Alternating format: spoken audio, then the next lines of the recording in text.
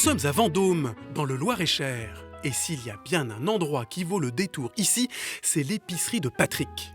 Dans le fond de son jardin, il a recréé une boutique des années 50. Et quand il passe le seuil de son antre, Patrick ne laisse aucun détail au hasard.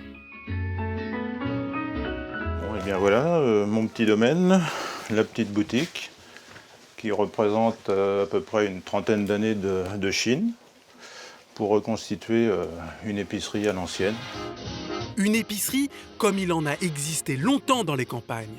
Vous trouviez de tout, puisque c'était des fois le seul commerce qu'il y avait dans le bourg. C'était une ambiance qui était plus familiale, plus conviviale, puisque l'épicier connaissait ses clients. C'est les gens qui venaient là régulièrement, voire même tous les jours pour boire un petit coup quand il y avait la buvette à côté. Où on s'informait des potins du quartier ou du village. Si dans les années 50, les libres-services commençaient tout juste à fleurir dans les villes, à la campagne, l'épicier était encore très sollicité, car la plupart des ingrédients s'y vendaient au détail.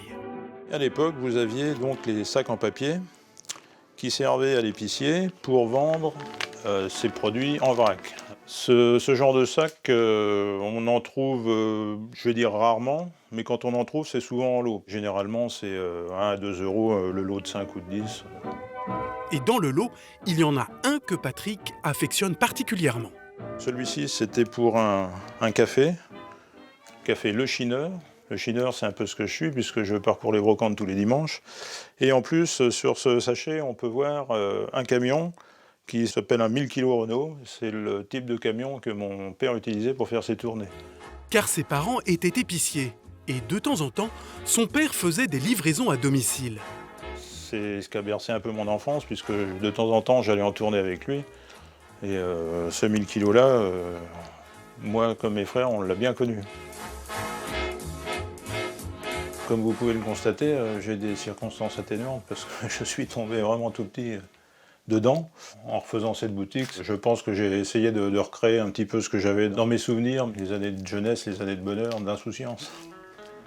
De sa jeunesse, Patrick a conservé le souvenir des bonbons que les enfants achetaient avec la monnaie des courses, mais aussi des petites surprises que réservaient certains paquets de lessive. Les petits cadeaux, comme ici, un jouet qui à l'origine était emballé sous plastique pour être enfoui dans le paquet de lessive. La plongée de la main dans le paquet de lessive, jusqu'au poignet, jusqu'au coude des fois, pour aller chercher le petit sachet qui était enfoui dans le fond. Ça, c'est une sensation qui m'est restée. Ce paquet est plein. On les trouve assez souvent pleins, parce que les ménagères faisaient un petit peu de stock, enfin on avait quelques-uns d'avance. Quand il était plein, forcément il était conservé, c'est comme ça qu'on les trouve plus souvent pleins que vides dans les brocantes. Et avec un peu de chance, on peut encore y trouver des jouets. On se demande un petit peu ce que c'est, et en fait c'est un verre de camping.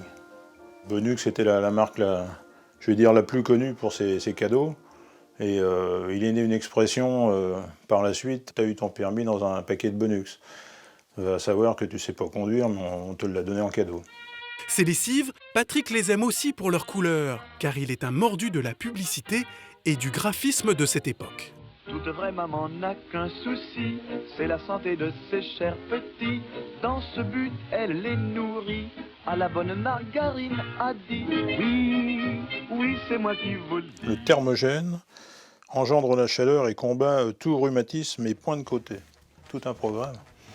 C'est marrant, le petit bonhomme crache du feu, là, c'est un personnage de bande dessinée presque. Ça devait être 2-3 francs, quelque chose comme ça. Des boîtes assez courantes que les ménagères gardaient précieusement. C'est le genre de boîte qui était réutilisée quand le produit n'était plus dedans pour y mettre des vis ou les dames des boutons. Donc on retrouve ça dans les vides-greniers. À travers son épicerie, Patrick conserve la mémoire d'une époque qu'il prend un plaisir fou à transmettre à son petit-fils tout en jouant à la marchande.